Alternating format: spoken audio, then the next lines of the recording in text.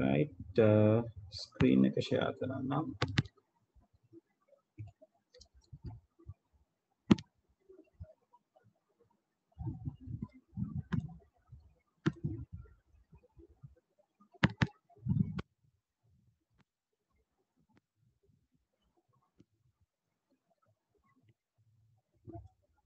හරි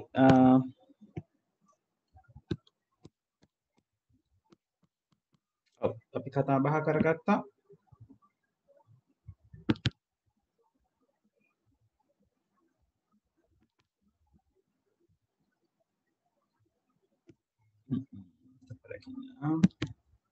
right අපි කතා බහ වුණා පළවෙනි පරම්පරාවේ ලක්ෂණ ගැන. අපි කිව්වා එයා ප්‍රමාණයෙන් ගොඩාක් විශාලයි. එයාට භාවිතා වුණු තාක්ෂණය තමයි රික්තක නල කියන තාක්ෂණය, vacuum tubes. ඒ වගේම ආදානය සැකසීම ප්‍රදානය වෙනුවට පංච් කාඩ්ස් පාවිච්චි කරා. සහ මෘදුකාංග විදිහට යන්ත්‍ර භාෂාව, machine language, assembly භාෂාව සහ ආචරණය කරන ලද ක්‍රමලේඛන සංකල්පය stored program concept කියලා කියනවා ඉංග්‍රීසියෙන්. ඒක භාවිතා කරා.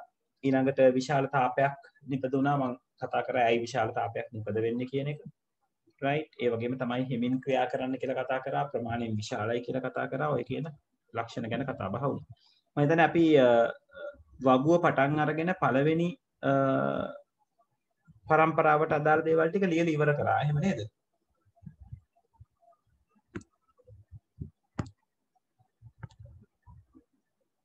ඔව්.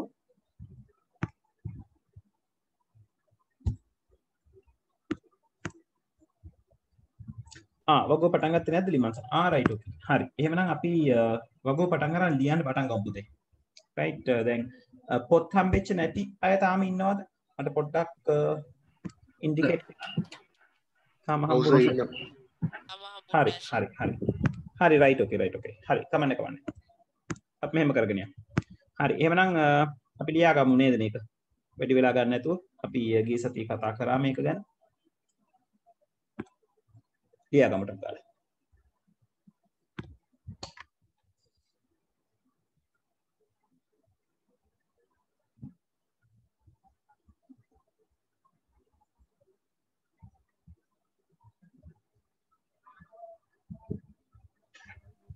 සර් මේ වගුව නේද ලියන්න ඕනේ? ඔව් පුතේ වගුව ලියන්න ඕනේ.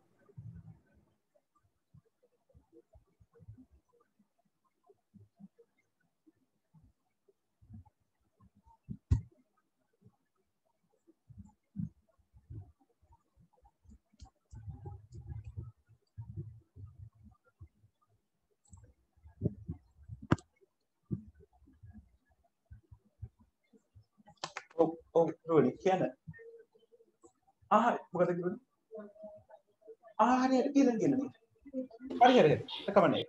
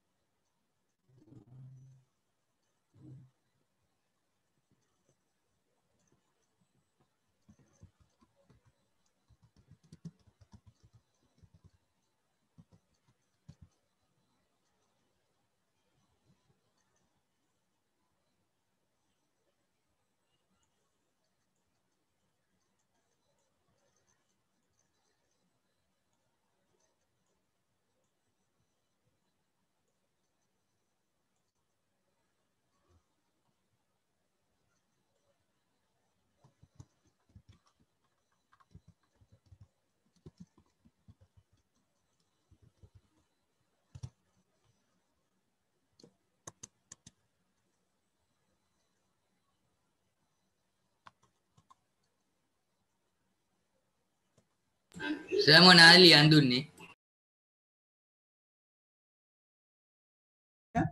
පුතේ ස්ක්‍රීන් එකේ පේන්න තියෙන වගුව ලියා ගන්න කියලා කිව්වම. ගිය සතිය අපි කතා බහ කරානේ.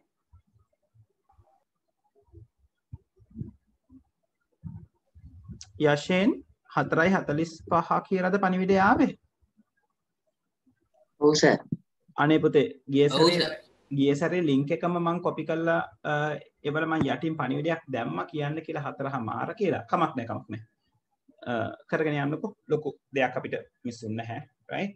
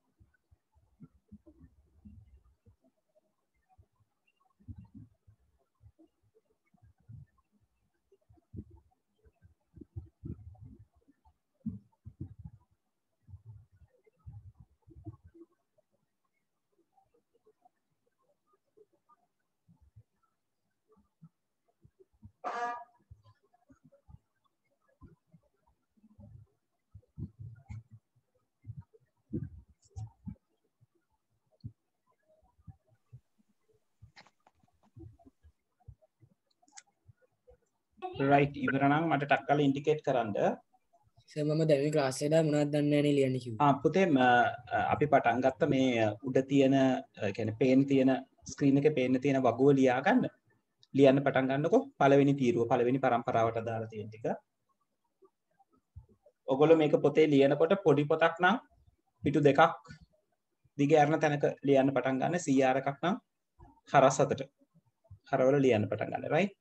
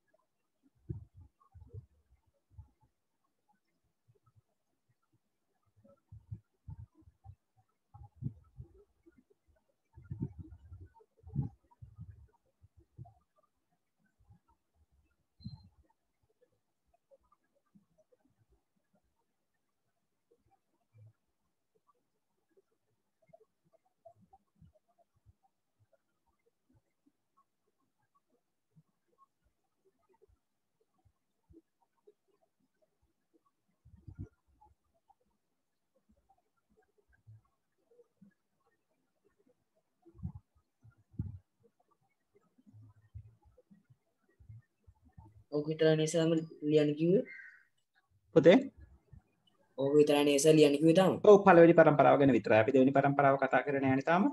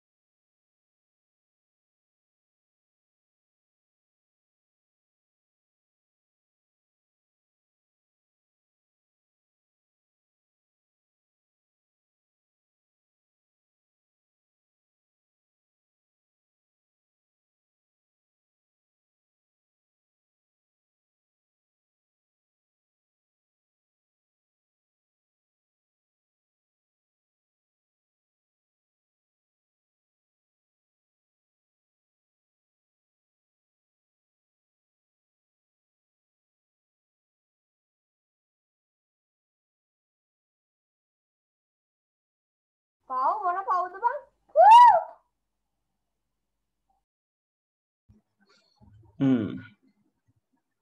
මයික්ස් ඕෆ් කරගෙන ඉන්න ඕනේ right හරි ඉවරයිද හැමෝම මම පොඩ්ඩක් වෙලා දුන්නේ පහුවෙලා ආපු පිටසකුත් ඉන්න නිසා සර් ලියනවා සර් තාම.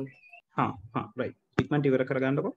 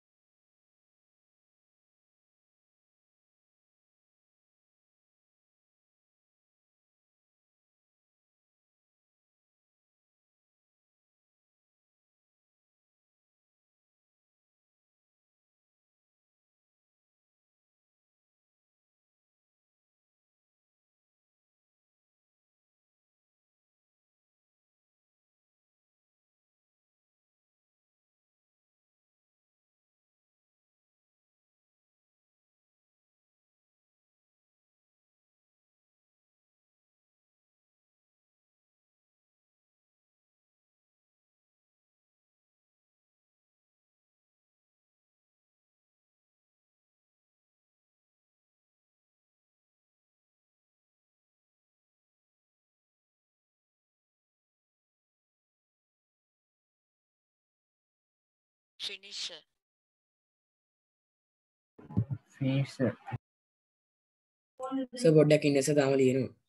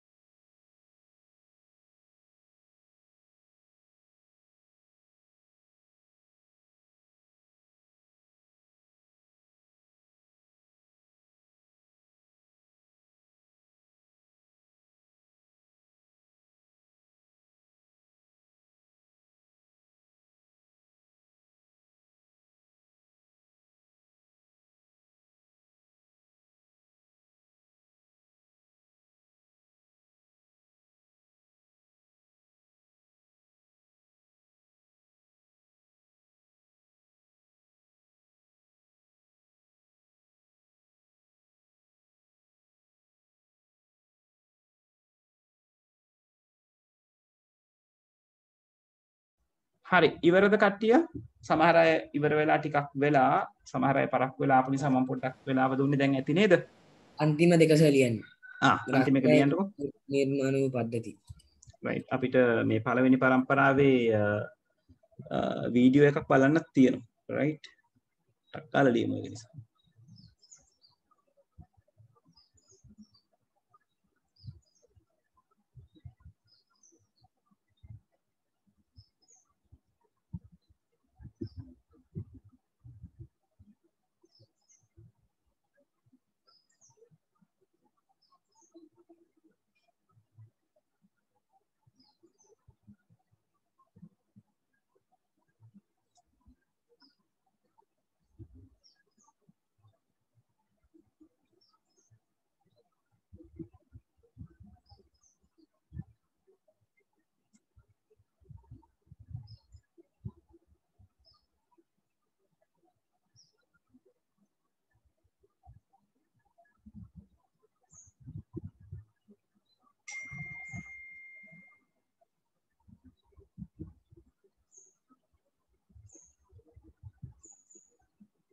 right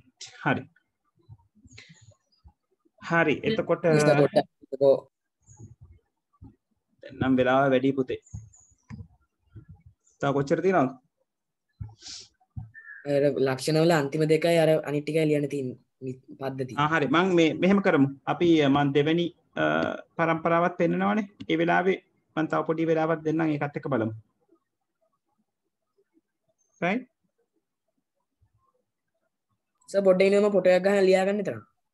ටකල ෆොටෝ එකක් ගන්න වෙන්නේ.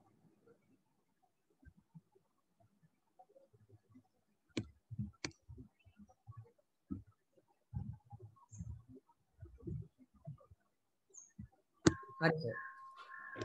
හරි. හරි. එතකොට මේ පෙන්වන්න යන්නේ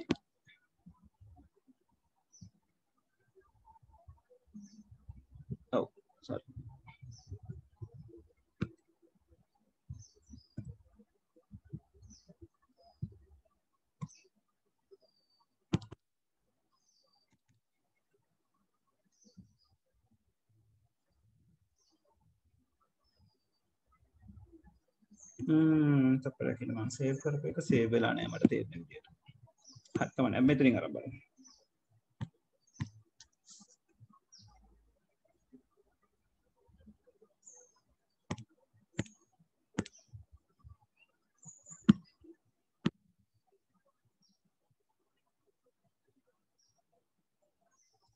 Google Corporation එක පෙන්වන්නත් ඕන නේද? හරි. පෙන්නමුකෝ Google Corporation එක මම පෙන්වන්නම්. පොඩ්ඩක් මේක බලලි මුටක් ගාලා.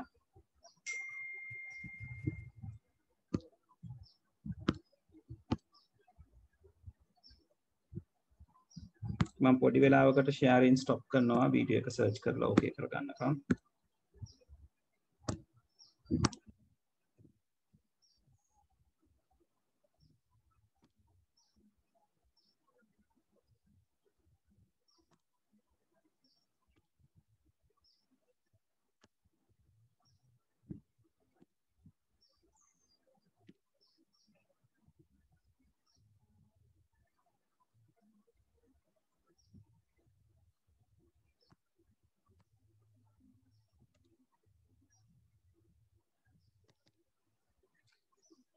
හරි මේ අපි අද බලන්න හදන්නේ Mark 1 කියන කම්පියුටර් එක.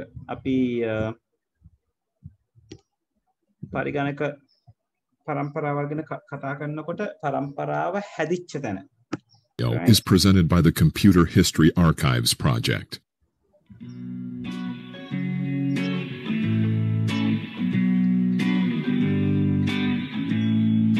ඔය තියෙන කම්පියුටර්. එයා දැන් තියෙන මියුසියම් එකක.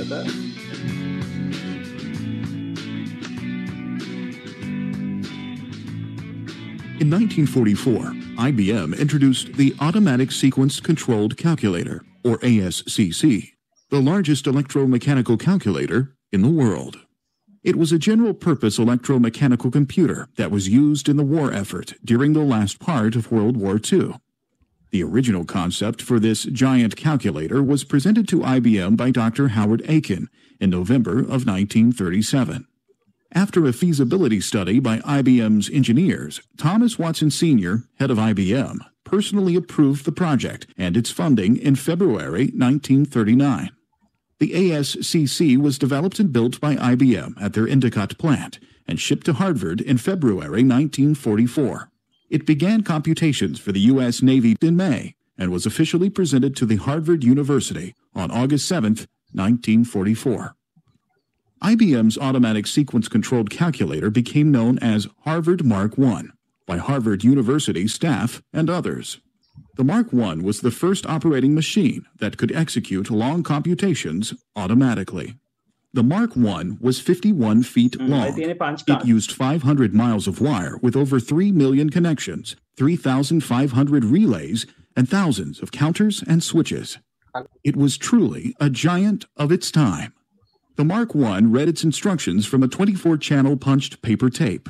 The first programmers of the Mark I were computing pioneers Richard Milton Block, Robert Campbell, and Grace Hopper. Because of its speed, in March of 1944, the Mark I was used to run mathematical computations in support of the Manhattan Project's atomic research. The Mark I was officially taken offline in 1959 after 15 years of service. Portions of it remain at Harvard University today.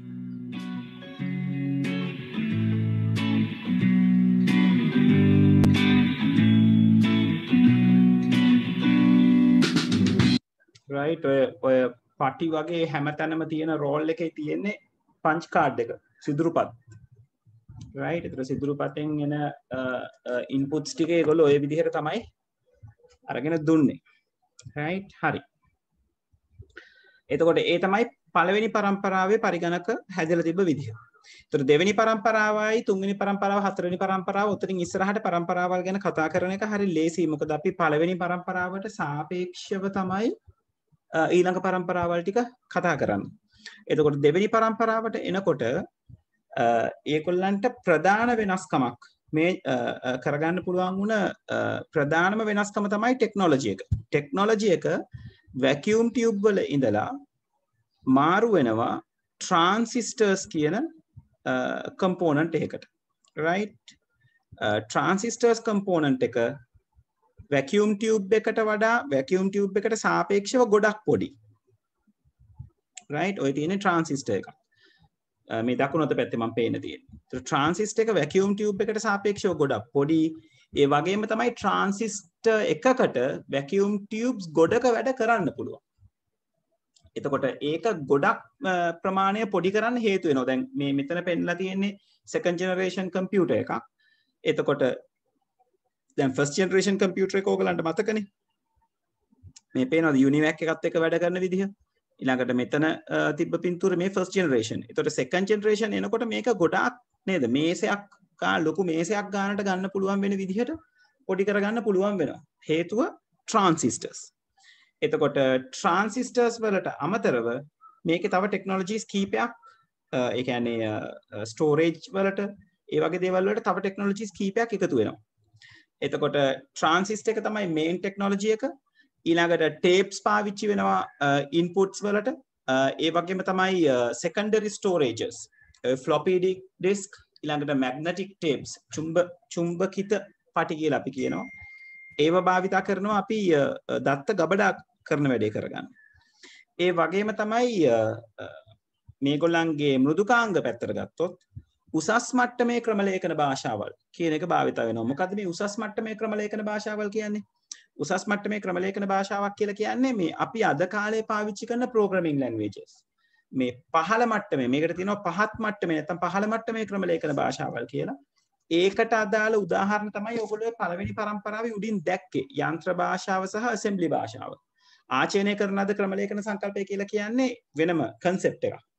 අර machine language and assembly language කියලා ඔයගොල්ලෝ දැක්කේ low level languages කියලා අපි කියනවා. ඒ යන්ත්‍ර භාෂාව සහ assembly භාෂාව නොවන ඕනම පරිගණක භාෂාවකට පරිගණක ක්‍රමලේඛ භාෂාවකට high level programming language එකක් කියලා අපි කතා කරනවා. එතකොට second generation එකේදී high level programming languages ගැනත් කතා වෙනවා. ඒ වගේම assembly language එක ගැනත් කතා වෙනවා. එතකොට ඕගොල්ලෝ දැන් අර පින්තූර දැක්කා වගේ මේගොල්ලෝ එන්න ප්‍රමාණයෙන් කුඩා වෙනවා.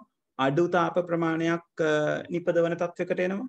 right මොකද vacuum tubes රත් වෙලා දෙන තාප ප්‍රමාණය වගේ තාපයක් නිපදවන්නේ නැහැ transistor එක. ඒක ප්‍රමාණයනුත් පොඩි. ඒ වගේම එයාගේ heat generation එකත් ගොඩක් අඩුයි. right ඒක නිසා විදුලිය අඩුවෙන් පරිභෝජනය වෙන්නේ. මොකද තාපයේ විදියට හානි වෙන්නේ නැහැනේ. ඒ වගේම තමයි පළවෙනි පරම්පරාවට සාපේක්ෂව වේගවත්. පළවෙනි පරම්පරාවට සාපේක්ෂව එයාගේ මිල අඩුයි. නමුත් අපි සාමාන්‍යයෙන් අරගත්තම තාමත් එයාගේ මිල වැඩි. ලොකු මුදලක් වැය වෙනවා පරිගණකයක් නිර්මාණය කරගන්න. එතකොට ඒකට අදාළව තිබ්බ උදාහරණ තමයි ඔය Honeywell 400, IBM 7030, CDC 1604, UNIVAC, right? UNIVAC Lark කියන මොඩල් එක.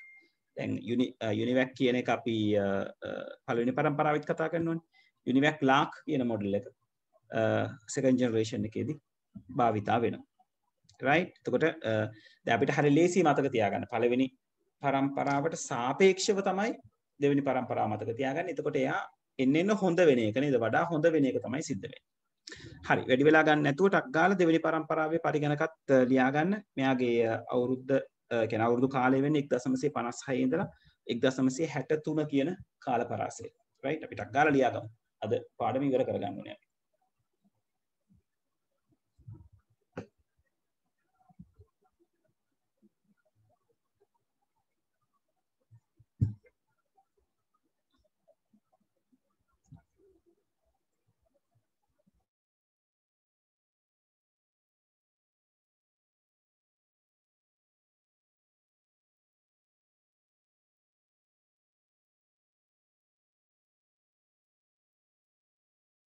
සර් ෆස්ට් ජෙනරේෂන් එකේ මේ යන නියමානය පද්ධතිකේ පළවෙනි එක ලියාගත්තේ නැහැ සර්. ඒක පොඩ්ඩක් උත්තර දාන්න මම පටස් ගාලා ලියලා දාන්න.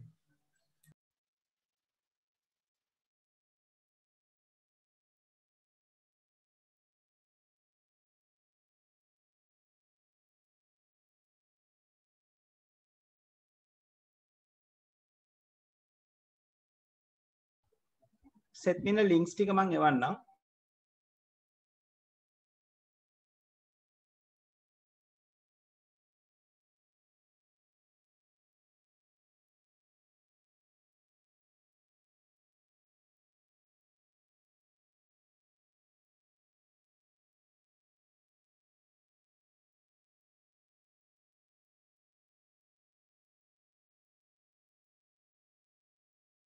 හරි සර් උත්තර දාන්න සර්.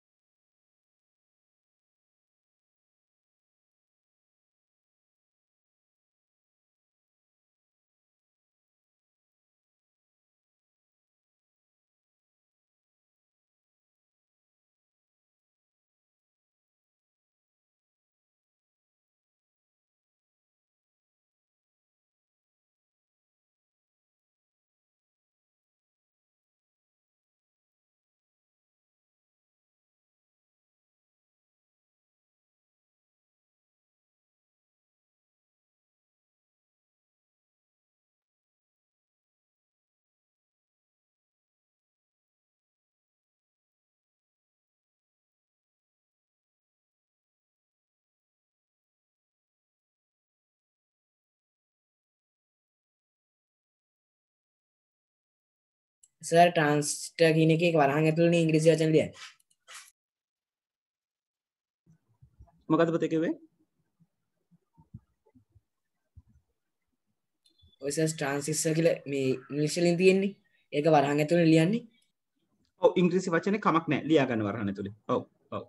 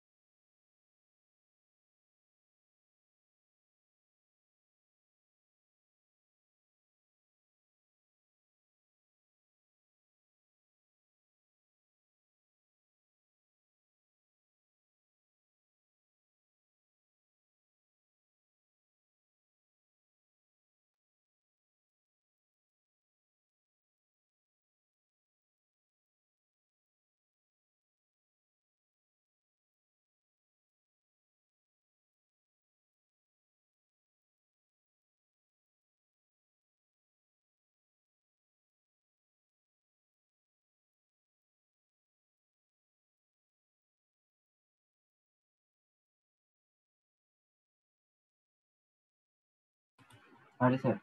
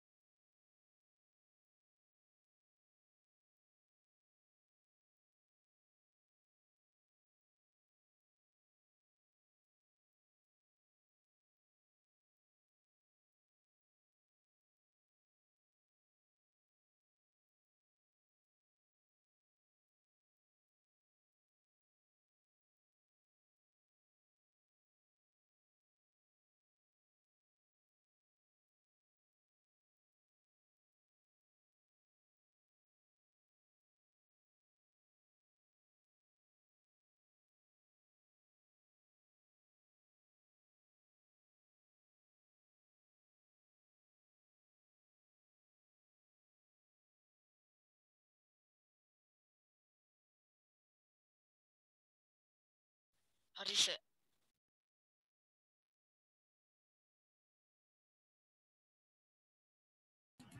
හරි සර්.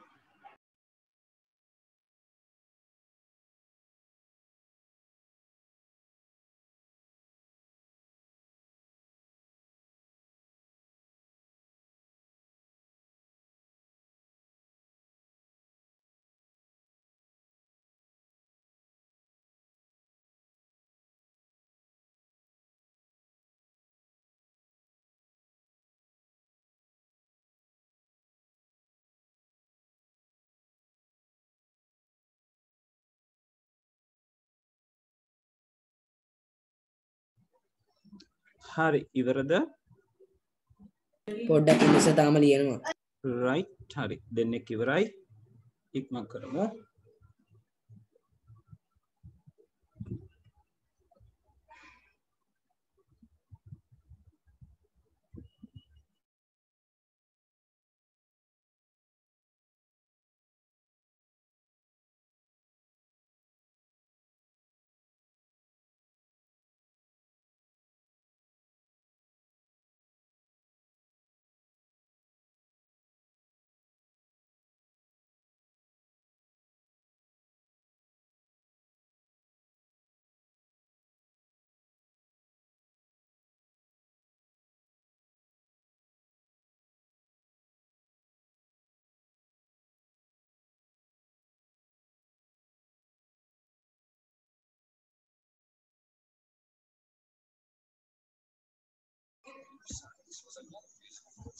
හරිද?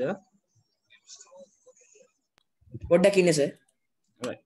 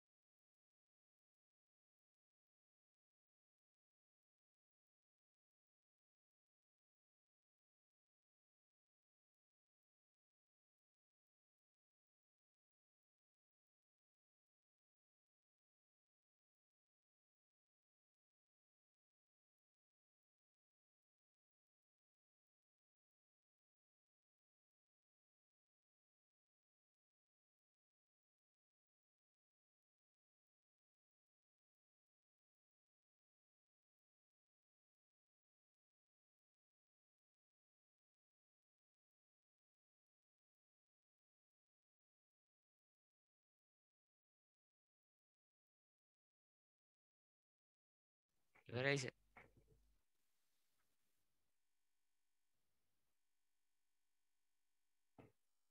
ඉවරයි සර්. ඉවරයි සර්. හරි right ඉවරයි okay. සර්.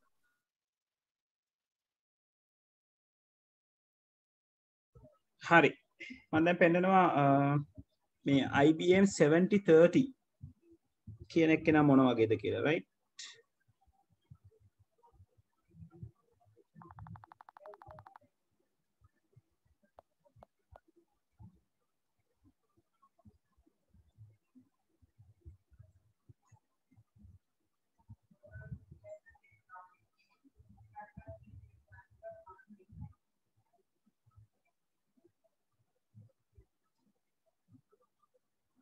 T-minus 10, 9, 8, 7, 6. right මේකේ තියෙනවා ටිකක් දිග වීඩියෝ එකක් විනාඩි 13ක් විතර වගේ තියෙන එකක්. මම ඒ නිසා අවශ්‍යම තැන් ටිකට ගන්නම්.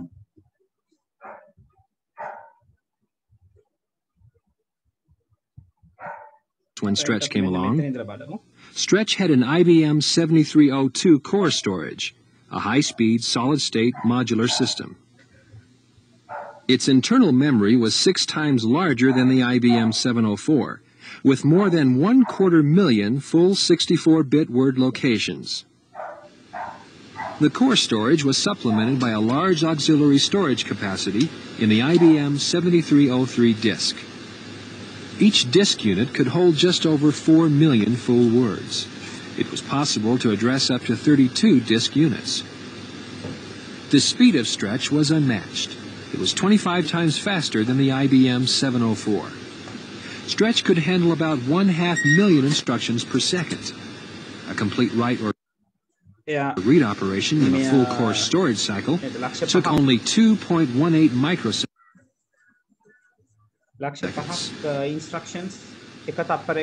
The vast difference in speed between the Stretch and the 704 was due in part to Stretch's transistorized circuitry. The 704 got its life from vacuum tubes. A pioneering new feature in computer science was another reason for its unrivaled speed. It was called Look Ahead, and Stretch had 4 levels of it. This capacity allowed the machine to work on one computation while at the same time retrieving information from its memory for the next 4 instructions. Stretch was endowed with many new computer features never before used and a number of new component systems. The 7302 memory unit and the 7303 disk storage were revolutionary, as well as the 7619 exchange and the 7101 central processing unit. The 7619 exchange channeled information between external units and the core storage. It allowed data processing and input-output operations to go on simultaneously. Some of the devices attached to the exchange were card readers, card punches, printers, magnetic tape units, consoles, and console printers. Of course, the most powerful computer of its time did not come cheap. One Stretch cost $10 million in the early 1960s. Right. Hari. එතකොට ඔය තමයි second generation එකේදී අපිට දකින්න හම්බෙන්නේ. එතකොට ඒක first generation එකට වඩා ප්‍රමාණයෙන් ගොඩක් පොඩි වෙලා transistors කියන technology එකත් එක්ක ඉස්සරහට එනවා. Right? හරි. third generation එකේ කතාව කොහොමද කියලා අපි බලමු. ඔබතේ අර අන්තිමේදී පිපුරුව වගේ පෙන්නේ මොකද්ද සර්? මොකද්ද පුතේ? අන්තිමට පුපුරනවා වගේ පෙන්වේද? නෑ නෑ ඒ වීඩියෝ එකේ ඒක පෙන්වන්නේ ඒක ඒගොල්ලන්ගේ අදහස වෙලා නැත්නම් මේ සුපර් කම්පියුටර් එකේ වමනා වෙලා තිබේ මිලිටරි පර්පසස් සහ මොනවාද අභ්‍යවකාශ යුද්ධමය තත්ත්ව සහ අභ්‍යවකාශ කටයුතු සඳහා. ඒක අපි දෙවෙනි පාඩමේ අපි කතා කරනවා සුපර් කම්පියුටර්ස් කියලා වර්ගයක් ගැන. කියන්නේ විශේෂ කාර්ය සඳහා නිෂ්පාදනය කරපු කම්පියුටර්ස්. ඒ වගේ එකක් තමයි ඔය IBM ඔය second generation එකේ හදලා තිබ්බ මොඩල් එක. right? හරි. third generation එක ගැන කතා කරන යනකොට third generation එකේ තියෙන third generation එක හැදෙන්නේ ඊළඟ ටෙක්නොලොජි එක බිහි වෙලා. ඊළඟ ටෙක්නොලොජි එක කියලා කියන්නේ transistors වලින් පස්සේ ආපු ටෙක්නොලොජි එක තමයි ICs කියන එක. integrated circuits. අනුකලිත පරිපථ කියලා අපි කියනවා. මේ IC එකක් තමයි ඔයගලන්ට වම් අත පැත්තේ පේන්න තියෙන්නේ. ඒතර කම්පියුටර් එක තව එන්න පොඩි වෙනවා. මොකද transistors ගොඩකට කරන්න පුළුවන් දේ එක IC එකකට කිරීමේ හැකියාව තියෙනවා. එතකොට අර කලින් සැරේ vacuum tubes ගොඩක් එක transistor එකකින් replace වෙනවා. දැන් එක transistors ගොඩක් එක IC එකකින් replace වෙනවා. එතකොට ඔය කියන තත්ත්වෙත් එක්ක කම්පියුටර් එක performance අතින් තව ගොඩක් වැඩි වෙනවා සහ size එක අතින් තව ගොඩක් අඩු වෙනවා. right? එතකොට ඔයගලගේ පොතේ ඔය ගැන කතා කරලා තියෙනවා. අපි එතනටත් පොඩ්ඩක් යමු. මට මේකේ picture එකක් අරගන්න ඕනේ විනාඩියක් දෙන්න.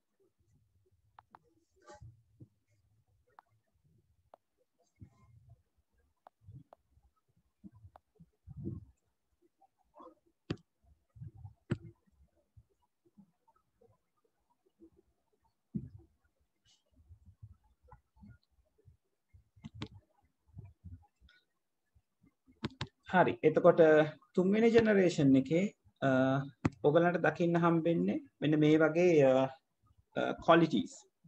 right? අනුකල්ප පරිපථ තමයි මම කලින් කිව්වා වගේ ප්‍රධාන ටෙක්නොලොජි එක වෙන්නේ. ඒ වගේම ද්විතීක ආචරණය කිරීම සඳහා ධාරිතාවෙන් ඉහළ තැටි. ඒ කියන්නේ capacity එන්න ලොකු වෙනවා. data store කරන්න තියෙන.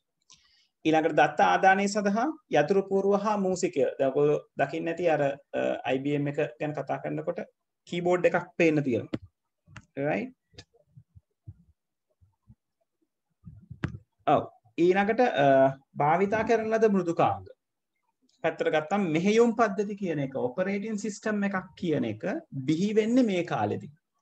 හැබැයි මේ කාලේදී ඔපරේටින් සිස්ටම් එක කියන එක මේ අපි අද දකින ඔපරේටින් සිස්ටම් එක වගේ දැන් මේ ඔයගලන්ට පේන්න තියෙන Windows ඔපරේටින් සිස්ටම් එක. මේ වගේ ලස්සන නැහැ සහ යූසර් ෆ්‍රෙන්ඩ්ලි නැහැ කියලා අපි කියනවා. ඒ කියන්නේ පරිශීලකයාට පහසුවෙන් භාවිතා කළ හැකි ආකාරයෙන් නෙවෙයි පටන් ගත්තම අවදිය. right? ඒ වගේම වැඩි දියුණු වෙච්ච high level languages හැදෙනවා. සහ කෝඩින් වලටත් මේ high level languages ලොකුවට භාවිතා වෙනවා. ලක්ෂණ පැත්තෙන් ගත්තම නේද අපිට දැන් හිතා ගන්න පුළුවන්. ප්‍රමාණයෙන් තව කුඩා වෙන්න ඕනේ මෙයා. ඊළඟට අඩු තාප ප්‍රමාණයක් නිපදවන්න ඕනේ දෙවෙනි පරම්පරාවට වඩා. වේගවත් වෙන්න ඕනේ යාට වඩා ටෙක්නොලොජි උඩ යනකොට. තාමත් මෙයා comparatively නේද මිලෙන් අධිකයි. ලොකු කොස්ට් එකක්. මේක සමහරලාට ගවර්න්මන්ට් එකෙන් තමයි වියදම් කිරීම කරන්නේ මේ පරිගණකය ගැන රිසර්ච් කරන්න. නමුත් සාපේක්ෂව මිල අඩුයි දෙවෙනි පරම්පරාවේ පරිගණකයකට වඩා. ඒ වගේම තමයි අඩු විදුලි පරිභෝජනයක් තියෙනවා මේ IBM 360 370 කියන මොඩල්ස් ඊළඟට PDP-8 ඔය CDC 6600 කියන මොඩල් ඔය කියන තුන්වෙනි පරම්පරාවට අයිති වෙනවා. මේ කාල රාමුව වෙන්නේ 1964 ඉඳලා 1975 කියන කාලේ. right? දැන් ටික ටික අපි ඉන්න කාලෙට එනවා. right? හරි. අපි තුන්වෙනි පරම්පරාවට අක් ගාලා ලියාගමු. right? අපිට පොත් ටික හම්බෙච්ච ගමන් අපිට මේ වැඩේ ඉක්මන් කරලා ඉස්සරහට යන්න පුළුවන්. එතකන් අපි චුට්ටක් කොහොම යමු. right? ලියා ගන්නකො තුන්වෙනි පරම්පරාවට අක් ගාලා.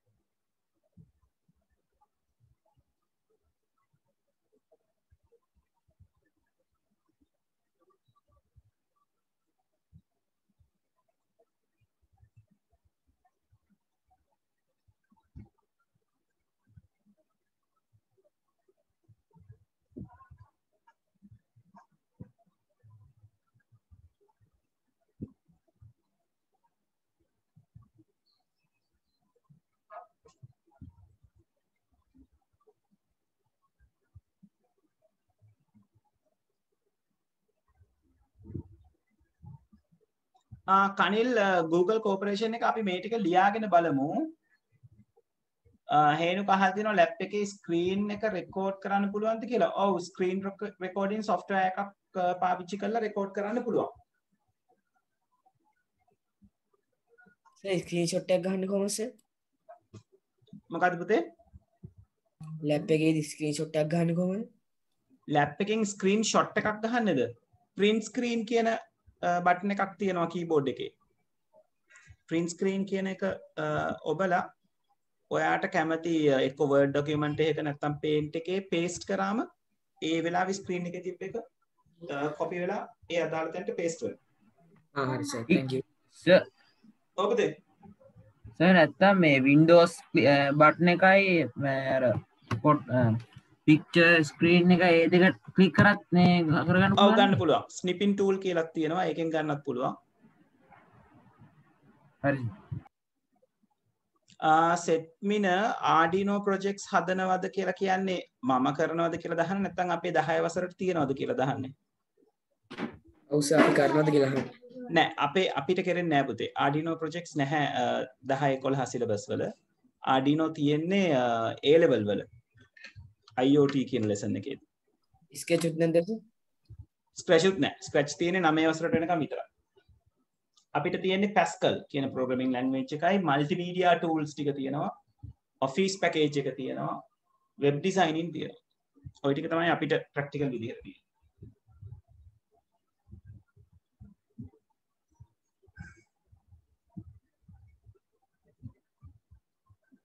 සර් Pascal කියන්නේ මොකද්ද?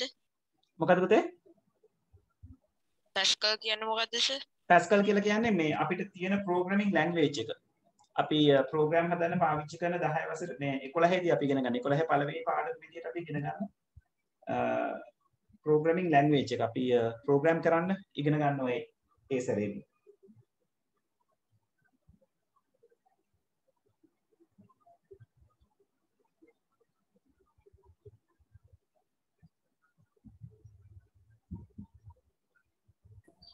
සර් පැස්කල් වලින් ප්‍රෝග්‍රෑම් කරන්න ඇප් එකක් හරහාද ප්‍රෝග්‍රෑම් කරන්න? පොතේ පැහැදිලි නෑ අහන එක.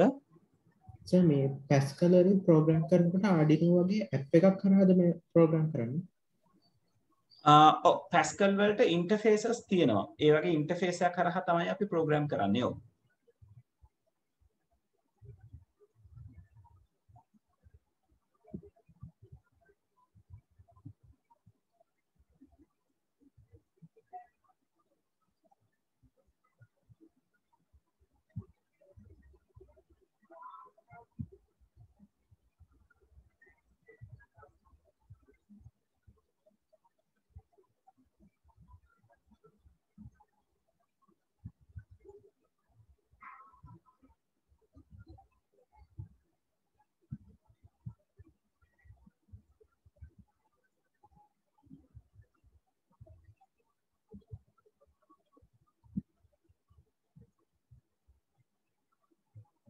ඉවර වෙච්ච ගමන් මට ඉන්ඩිකේට් කරන්න.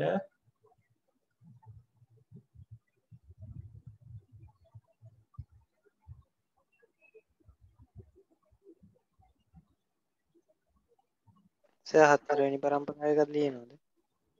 හතර ලියන්න බබුදේ. තුන ලියලා ඉවර කරා නම් ඇති. right එක්කෙනෙක් ඉවරයි. අනිත් අය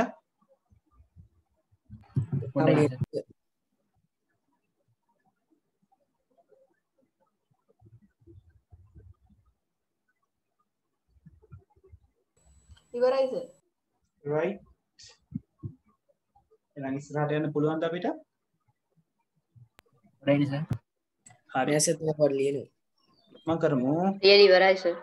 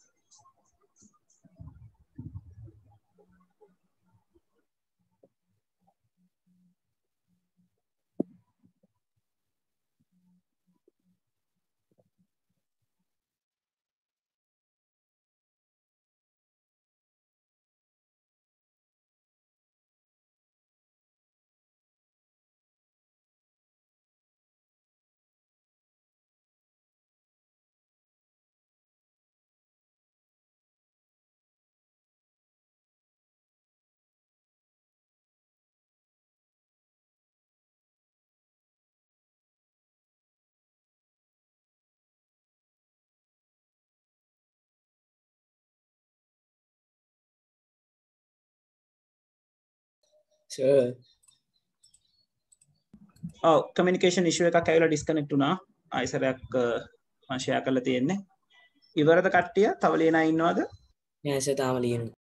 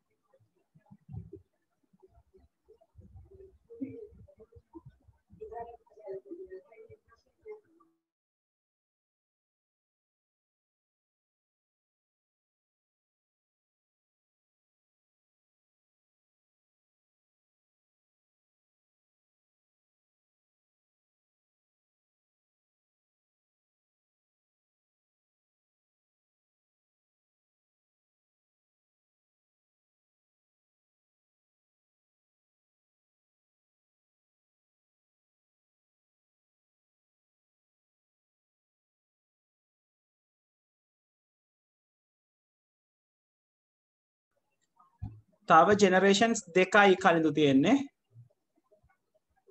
4th එකයි 5th එකයි. හරි සර්. right. ඉවරයිද? නෑ සර් අන්තිම දෙක ලියන්න තීරු දෙක. මම කරමු.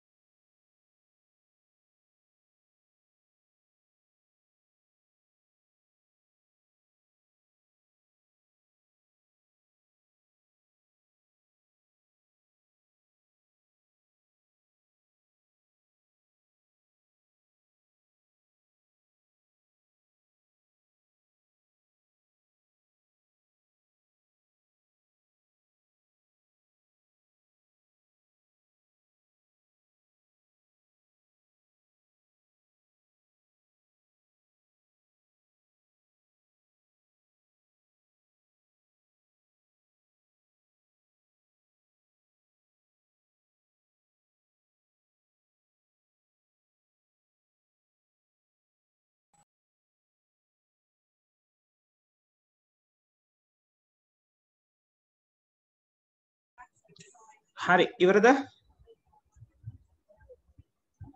ඔව් සර්. right. හරි. අපි යන්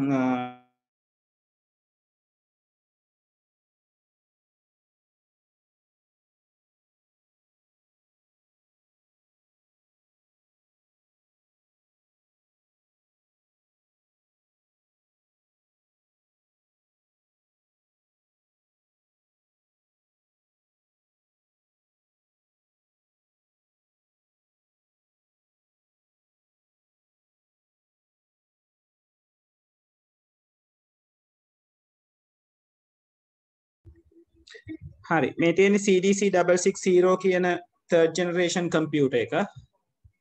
සවුන්ඩ් එක එන්නේ.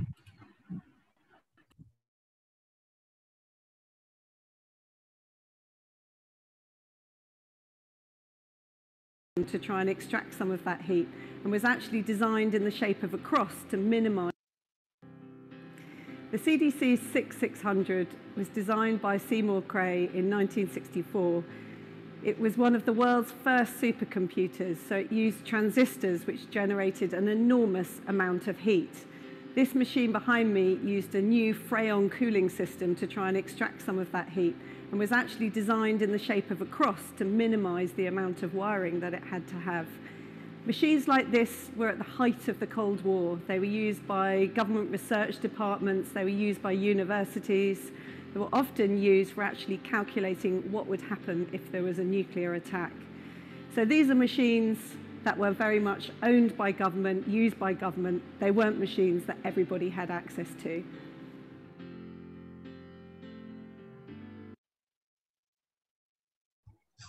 ඒ තමයි CDC 660 දැන් එයාගේ කතාවේ දෙයක් කිව්වා ඔයගලන්ට තේරුණාද ඒක මේ දේවල් පාවිච්චි කරන්නේ ගොඩාක් වෙලාවට මේ ගවර්න්මන්ට් එකෙන් රජයෙන් ඒගොල්ලන්ගේ කියන්නේ ඔය ලෝක යුද්ධය කාලෙදී මොනවාද සිද්ධ වෙන්නේ මොන විදිහටද ඇටැක් එක වෙන්නේ කොහොමද කියන එක වගේ විශේෂ උවමනාවන් සඳහා පාවිච්චි කරපු පරිගණක තමයි ඔය අපි පළවෙනි දෙවෙනි තුන්වෙනි පරම්පරාවල් වලදී අපි අත්විඳින්නේ. හැබැයි හතරවෙනි පරම්පරාවට එනකොට කතාව වෙනස් වෙනවා. හතරවෙනි පරම්පරාව තමයි පර්සනල් කම්පියුටර් කියන කන්සෙප්ට් එක. දැන් අපි සාමාන්‍යයෙන් කම්පියුටර් එකක් PC එකක් කියලා හඳුන්වනවානේ. පර්සනල් කම්පියුටර් කියන තැනට කම්පියුටර් එක ගේන්නේ.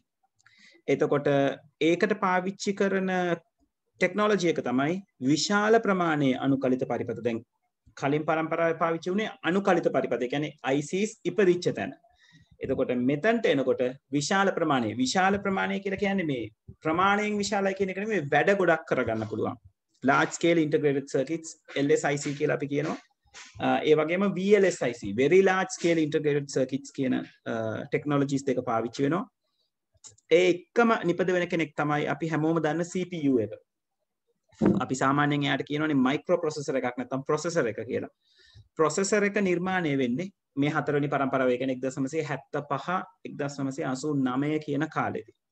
ඒ වගේම තමයි hard disk එක. අපි අද දකින hard disk එකේ උපත සිද්ධ වෙන්නේ මේ කාලේ.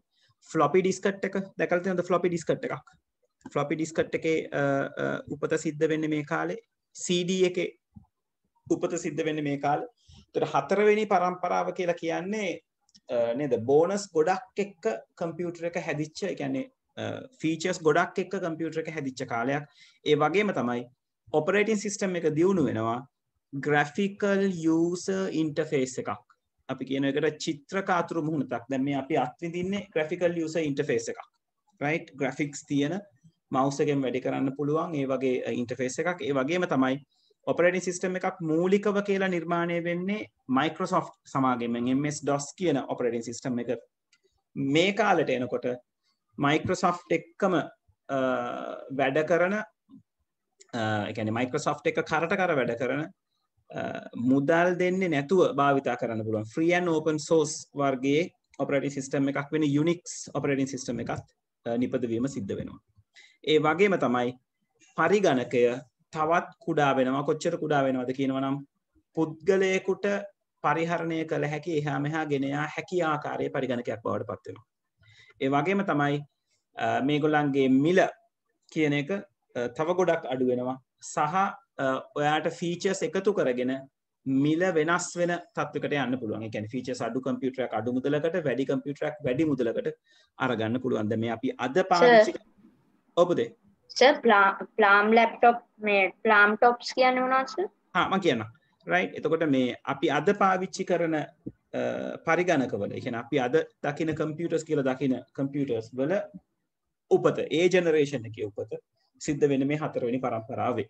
එතකොට එතනින් දිනුනලා ඉස්සරහට එන ඒවායි තමයි ඒතර කම්පියුටර් එක ඊළඟට කනිද මොනිටර් තාක්ෂණය වෙනස් වෙනවා. සෙන්ට්‍රල් ප්‍රොසෙසින් යුනිට් එකේ තාක්ෂණය වෙනස් වෙනවා. ඒ වගේම අපි දෙවෙනි පාඩමේ කතා කරනවා කොහොමද එක එක જાතියේ මොනවාද තියෙන මොනිටර්ස් වර්ග එක එක જાතියේ ස්ටෝරේජ් වර්ග මොනවාද කියන එක.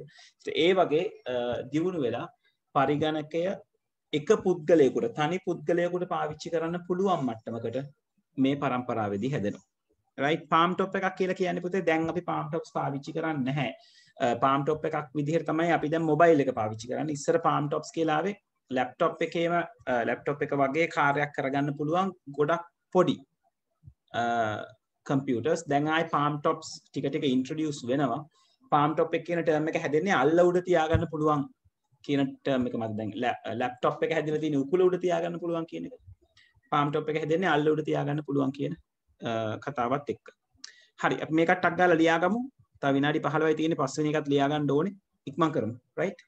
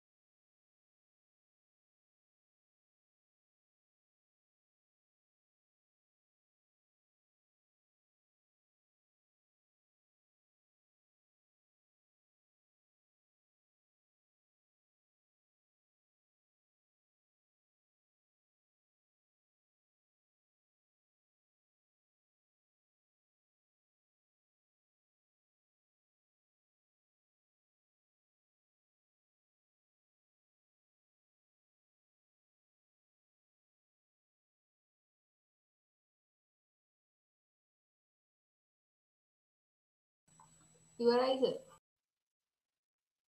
පොඩ්ඩක් ඉන්න සර් තාම ලියනවා. පොඩ්ඩක් ඉන්න සර්. right හරි මම කරමු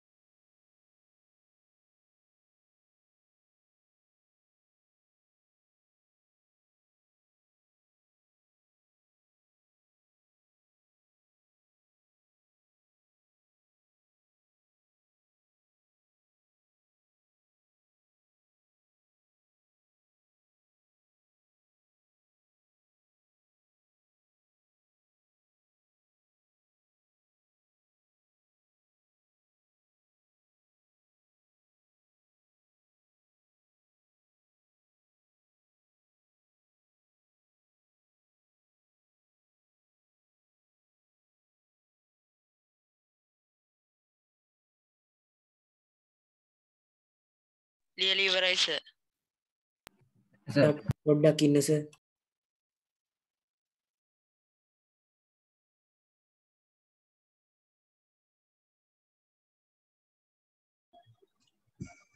හරි තව කී දෙනෙක් ඉන්නවද ලියන තාම ලියනවා සර්. තාම ලියනවා සර්. හරි ලියන්න සර් තව විනාඩි දෙකක් දෙන්න. right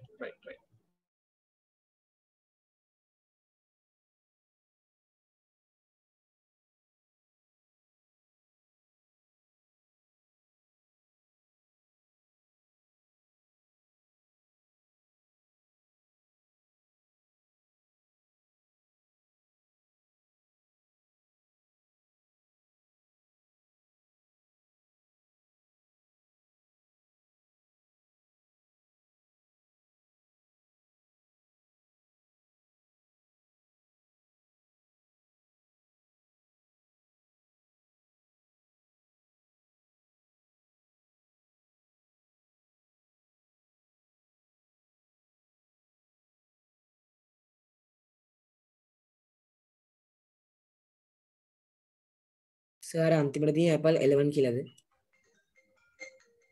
Apple 2 කියලා පුතේ තියෙන්නේ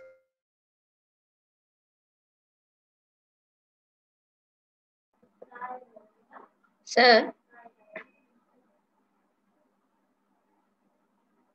sir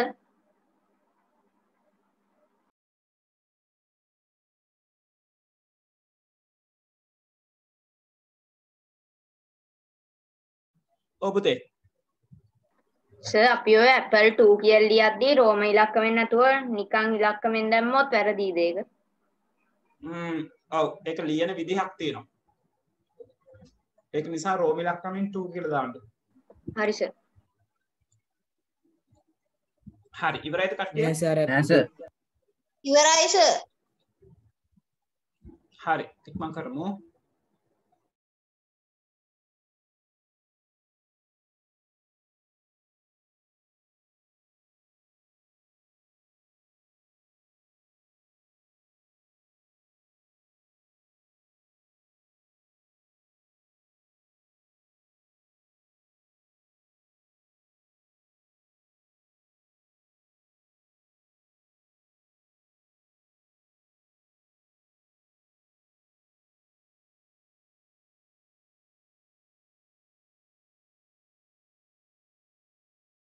හරි සර්.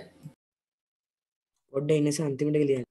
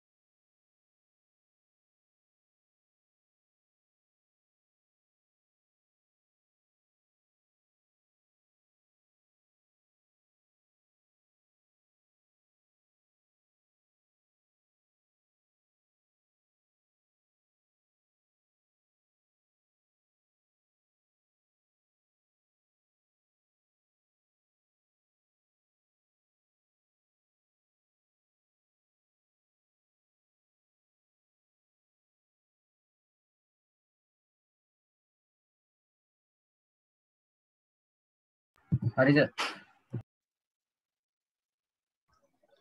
හරි. අපි එහෙනම් ටක් ගාලා පස්වෙනි ජෙනරේෂන් එකත් ලියා ගමු. ඔත පොඩ්ඩක් ඉස්සරහට ගියාට කමන්නේ අපි ගිය සතියේ පොඩ්ඩක් කලින් අතර කරානේ.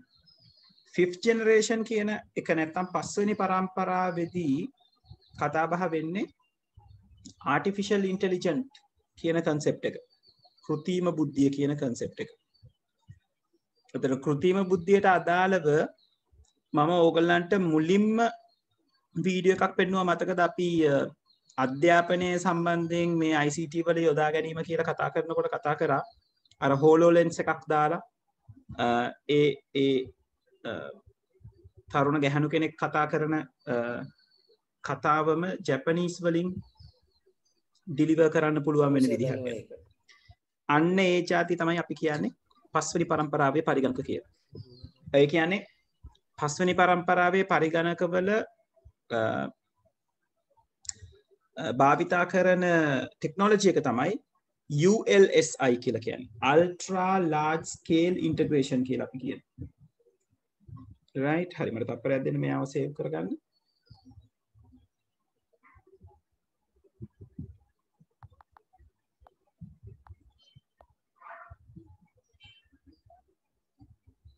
right එතකොට ultra large scale integration වල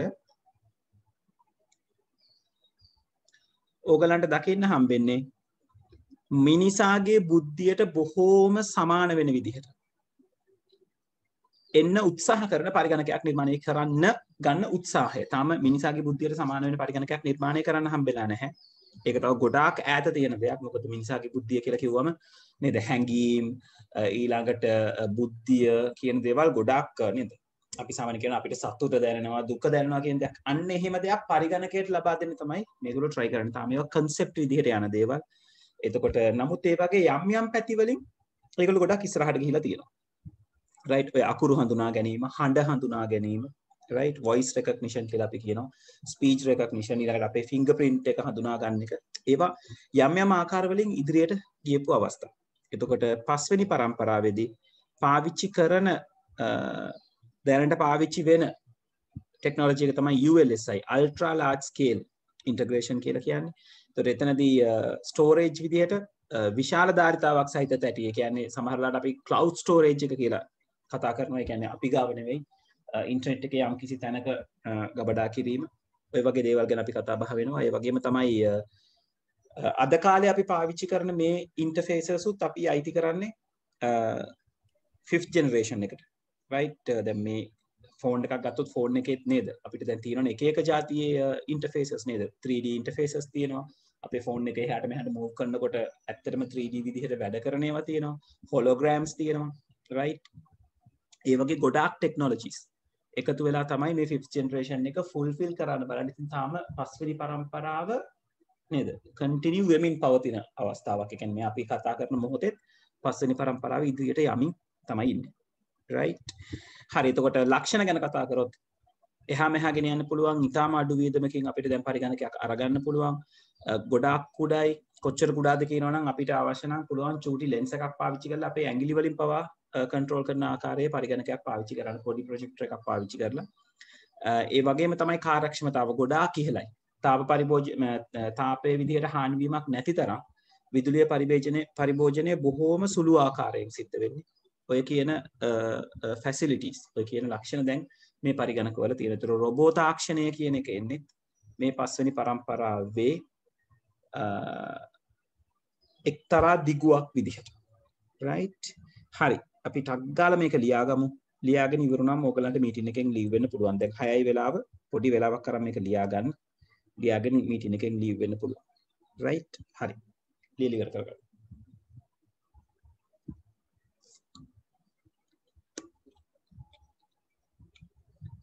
මගෙන් ප්‍රශ්නයක් අහලා තිබුණා 10th den කියන්නේ මොකද? 10th gen කියන එකද පුතේ අහන්නේ ඔයා?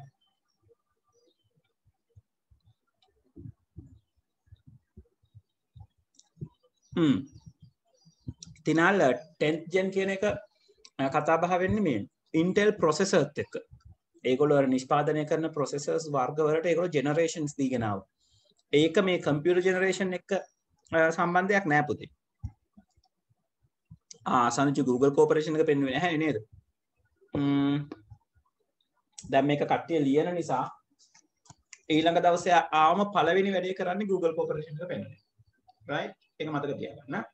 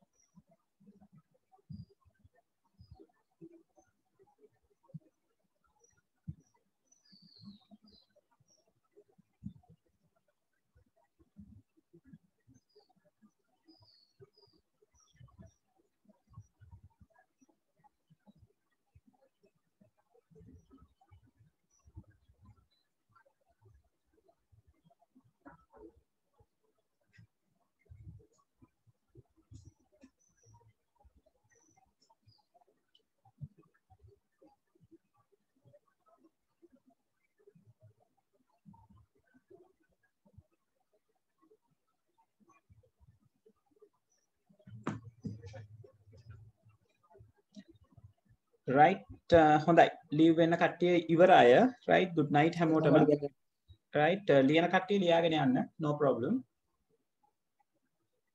leave වෙන අයට හැමෝටම good night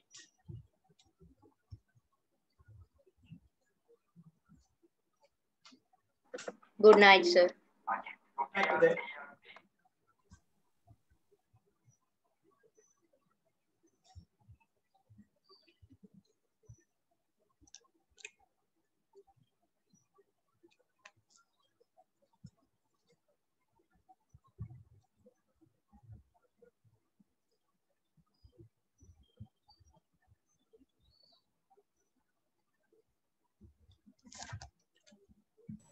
සර් ඔව් පුතේ. සර් Lenovo laptop වල මේ parts අපේ රටේ තියෙනවා. තියෙනවා පුතේ. වැඩිපුර තියනවාද සර්? වැඩිපුර කියලා කියන්නේ මෙහිමයි. හොයන්න ටිකක් අමාරුයි මම දන්න තරමින්. අපේ රටේ සාමාන්‍ය ලැප්ටොප් එකක් යනවා නම් HP Dell ඊළඟට Asus ඒ වගේ එකක් තමයි පොඩ්ඩක් ගැලපෙන්නේ. Lenovo හොයන්න පුළුවන් ටිකක් හැබැයි කරදර වෙන්න වෙනවා. හරි සර්. හරි පුතේ.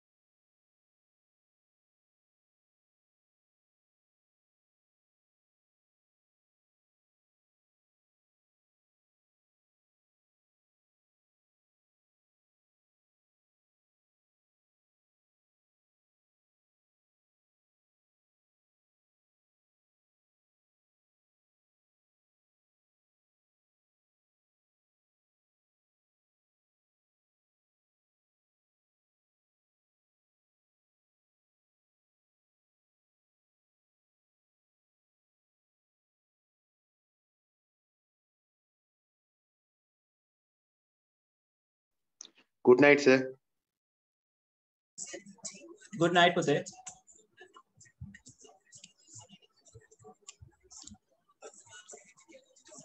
Right, good night, good night. හරි Google link Google Corporation link එක WhatsApp දාන්න බලන්නම් මම.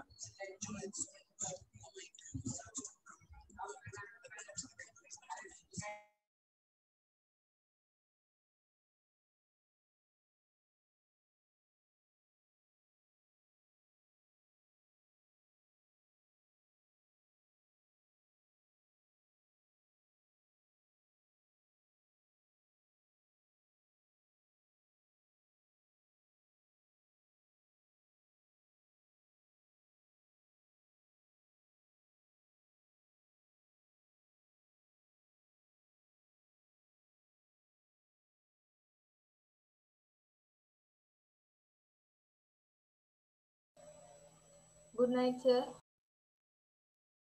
Good night, පුතේ.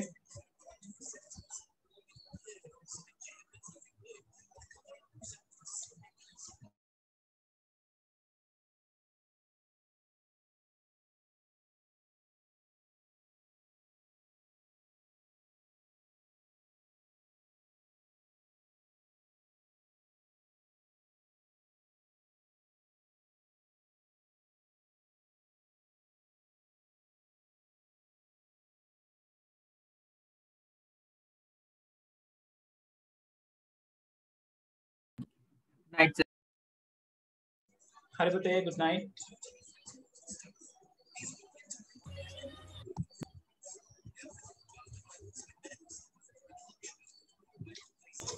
Thank you, sir. Good night, sir.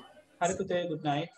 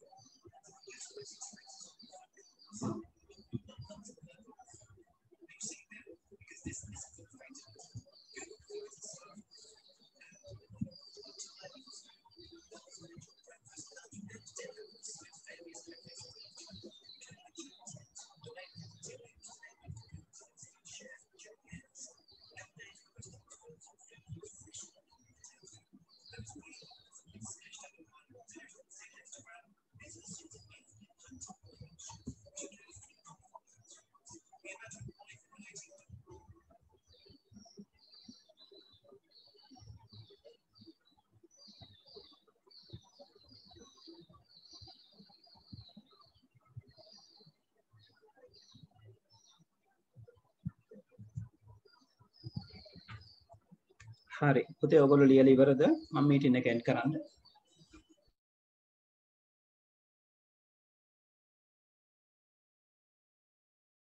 sir thank you good night sir